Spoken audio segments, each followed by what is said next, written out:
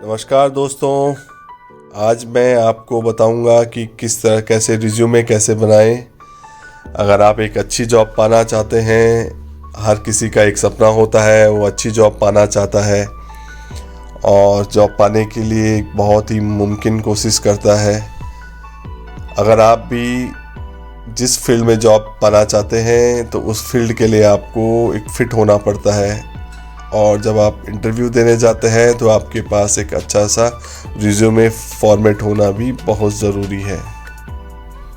अगर आप एक फ्रेशर हैं और जानना चाहते हैं कि कैसे रिज्यूम बनाएं तो मैं आपको बताता हूं। इंटरव्यू देने से पहले हम जॉब इंटरव्यू के लिए बहुत अच्छे से तैयारी करनी चाहिए।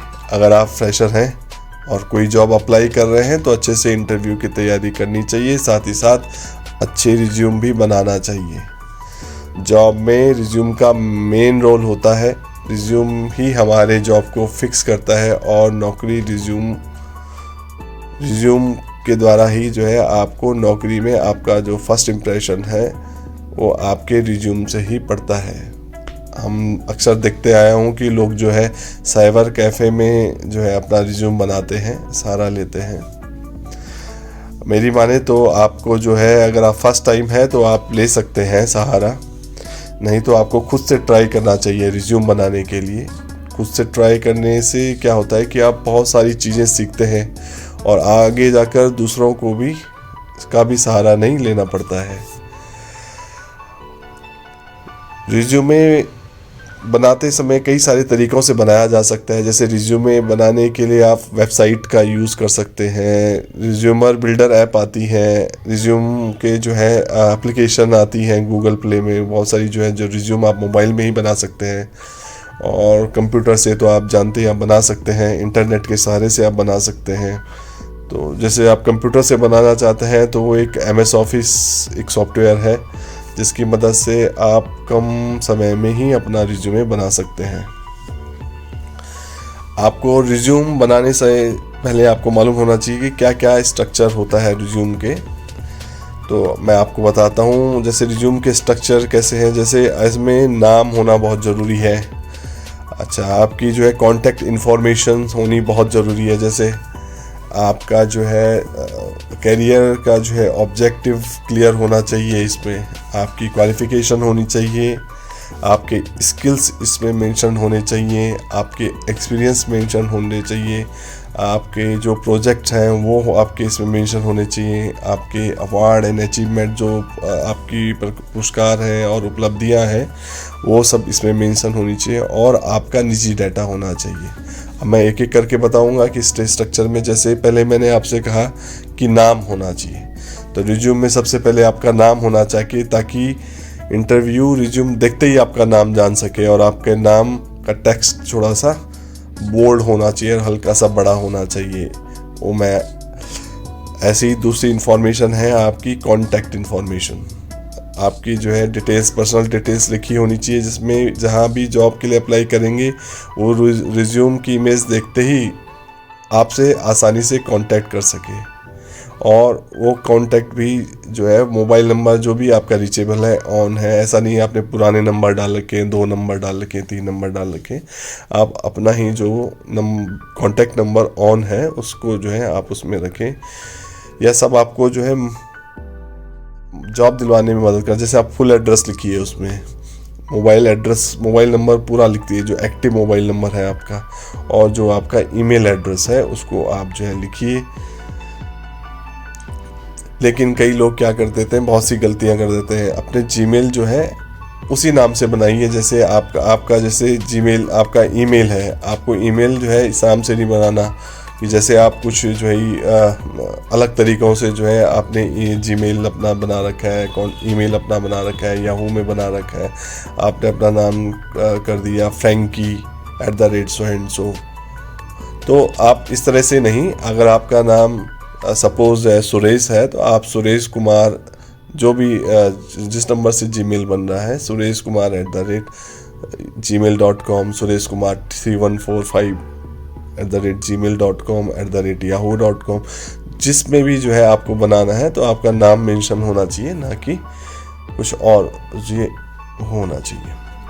इसके बाद में आपके कैरियर ऑब्जेक्टिव्स के बारे में हम बात करेंगे। ये बहुत ही जो है मेन जो है इसमें कैरियर ऑब्जेक्टिव है, जिससे इंटरव्यूअर को पता चलता है कि आप इस बिज़नेस के लिए क्या कर सकते हैं।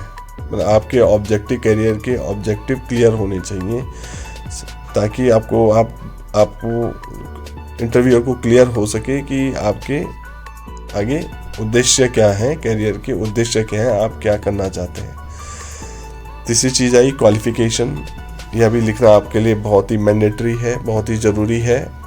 आपकी क्वालिफ़िकेशन जो है, आपने कौन सी कॉलेज से डिग्री प्राप्त की, क्वालिफ़िकेशन को लिखना बहुत ही ज़्यादा ज़रूरी होता है। क्वालिफ़िकेशन है उसको जो है जो भी उनकी क्वालिफ़िकेशंस है, उनकी पोस्ट ग्रेजुएशन है, उनकी 12th है, उनकी सीनियर सेकेंडरी है, उनकी सेकेंडरी है, सारी जो है इंफॉर्मेशंस, उसमें क्या परसेंटेज रही, कितने जो है उनके नंबर जो हैं, कितने आए, किस कॉलेज से उन्होंने किया है, तो ये सब आप डाल सकते हैं। वो एक इम्प्रेशन जो है आप फ्रेशर का जो है वो इंटरव्यूअर पे पड़ता है।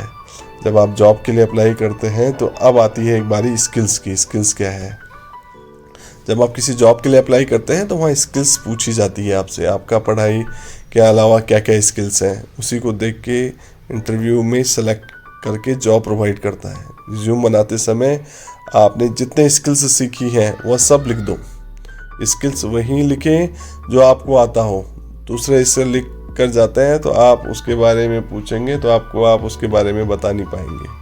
तो आप सिर्फ उन्हीं स्किल्स को लिखो जो आपके पास है, आप उन्हीं स्किल्स को लिखिए। आपकी कुछ ऐसे स्किल्स होती हैं, कुछ की स्किल्स हैं, कुछ टेक्निकल स्किल्स हैं। जैसे टेक्निकल स्किल्स में आपको ऑटोकैड आता है, आपको जो है रैविट आता है, आपको जो है सॉफ्टवेयर में टेक्निकल स्किल भी आता है। आपकी सॉफ्ट स्किल्स हैं जैसे डिज़ाइनिंग टेक्निक है, फिजिक्स है, मैथ रीडिंग है। तो ये सब चीज़ें जो हैं आपके स्किल्स का पार्ट है। एक्सपीरियंस नेक्स्ट आता है आपका पार्ट, स्ट्रक्चर का पार्ट आता है रिज्यूमे का, एक्सपीरियंस। जब हम फ्रेशर होते हैं तो हमें एक्सपीरियंस की ज़रूरत नहीं होती है, इतनी ज़रूरत नहीं है इसकी। लेकिन अगर आपने कोई वर्कशॉप्स अटेंड किए हों, या आपने पढ़ाई के साथ या जॉब के साथ इंटर्नशिप की हो, तो वो भी आप मेंशन कर सकते हैं। कोई वर्कशॉप वगैरह अटेंड किए हों आपने, तो वो सब आप जो है इसमें लिख सकते हैं। अब आता है अवार्ड एंड अचीवमेंट। भाई आपको कोई पुरस्कार और उपलब्धि मिली हो, ये आपकी पर्सनैलिटी को बताता है कि आप जो है जो आपके रियल अचीवमेंट्स अवार्ड्स हैं वही यहाँ पर लिखें। तो आपके जो है जो भी अचीवमेंट्स हैं वो आप लिख सकते हैं, जिससे आपको जो है जॉब मिलने के चांसेस ज़्यादा हो जाते हैं। अब आपका आएगा पर्सनल डिटेल, निजी डाटा। आपका जो इस वाले सेक्शन में जो है आपको अपने बारे में थोड़ी बहुत इन्फॉर्मेशन लिखे, जैसे कि आपने अपना नाम और कॉन्टैक्ट एड्रेस तो आपने ऊपर दे दिया था, और आप लिख सकते हैं कि आपकी डेट ऑफ बर्थ के बारे में मालूम होना चाहिए, ताकि आप किस एज ग्रुप से हैं, आपकी हॉबीज़ क्या हैं, आपके स्ट्रेंथ क्या हैं, लैंग्वेजेस क्या, स्पीक एंड राइटिंग वो जो है सो आप लिख सकते हैं। तो इस तरह से जो है आप चीज़ें लिख सकते हैं। जैसे आपने इंटरेस्ट एंड हॉबीज़ लिख दी कि आपको लिसनिंग म्यूज़िक है, प्लेइंग क्रिकेट है, चेस है, ये सब चीज़ें जो है आपका निजी डेटा में जो भी आप देना चाहते हैं वो आप दे सकते हैं। आप फादर नेम भी जो है यहाँ पे मेंशन करते हैं। तो ये सारी जो स्ट्रक्चर हैं इसको रिज्यूम बनाते समय ध्यान देना चाहिए। तो दोस्तों, ये आपके सामने एक फॉर्मेट जो है रिज्यूम का आपके सामने है। इस तरह से जो है आप रिज्यूमे बनाइए, और जो है जॉब के ज़्यादा से ज़्यादा चांसेस बनाइए। मैं ऐसी ही आपके पास और भी बढ़िया फ्रेशर्स के लिए वीडियो लेके आऊँगा। आपका बहुत बहुत धन्यवाद। नमस्कार।